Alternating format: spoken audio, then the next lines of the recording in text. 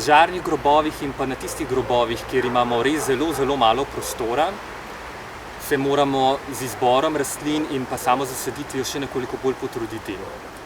Kot sem že prej dejal, je zelo pomembno, da pazimo na to, da imamo nek bogat učinek, to se pravi manjše kot je površina oziroma prostor za sajenje. Bolj je pomembno, da je ta prostor res dobro izkoriščen in ga namenimo čim večjim rastlinam in pravzaprav delamo nek kompromis med zasaditvijo za kratkoročno obdobje in pa neka kombinacija pravzaprav aranžiranja. Zdaj, tukaj sem pripravil nek okvir, kot nek približek recimo tega, s čimer imamo potem tudi v praksi opravka.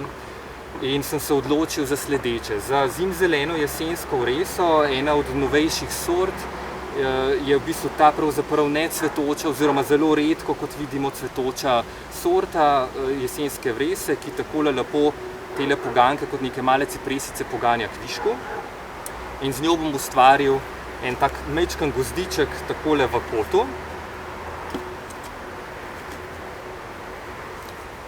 Da malce bolj popestrimo oziroma razgibamo celotno dogajanje in pa da naredimo malce kontrasta tudi na to temno-zeleno barvo, bomo dodali tole travo, ki pravzaprav ni okrasna trava, ampak je okrasni travnolistni kolmež, acorus.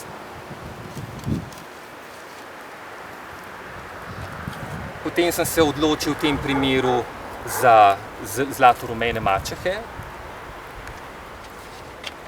Te bi pa lahko v bistvu dali ali vse v en kotiček oziroma v en sklop, lahko jih pa za začetek zgolj razporedimo takole okoli. Tudi to je tip povešave mačehe, ki se bo zelo lepo razrasla. Načeloma bi bilo že to dovolj. Tukaj seveda vmes zapolnimo s temno zemljo za grobove.